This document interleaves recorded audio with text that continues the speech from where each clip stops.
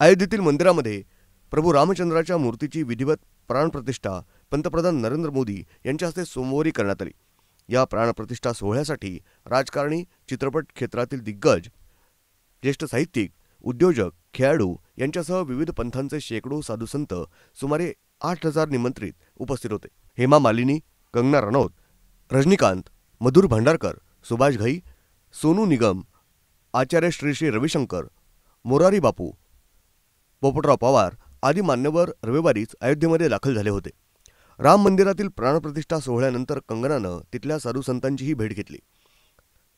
बागेश्वर धाम सरकार म्हणजेच धीरेंद्र कृष्णा शास्त्री यांच्या भेटीचा फोटो सोशल मीडियावर पोस्ट करत कंगनानं भावना व्यक्त केल्या। तिच्या याच पोस्टनं नेटकऱ्यांचं लक्ष वेधलंय।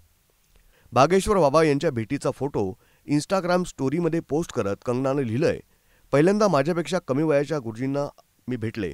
माझ्यापेक्षा ते जवळपास 10 वर्षांनी लहान आहेत। छोट्या भावासारखं त्यांना मिठी मारण्याची मनात इच्छा होती, पण नंतर लक्षात आलं की कोणी वयानं गुरु बनत नाही, तर कर्मानं गुरुचा मान मिळतो। गुरुजींचे चरणस्पर्श करत मी त्यांचा आशीर्वाद घेतला। जय बजरंगबली। कंगनाची ही पोस्ट सोशल मीडियावर चांगलीच व्हायरल झाली आहे।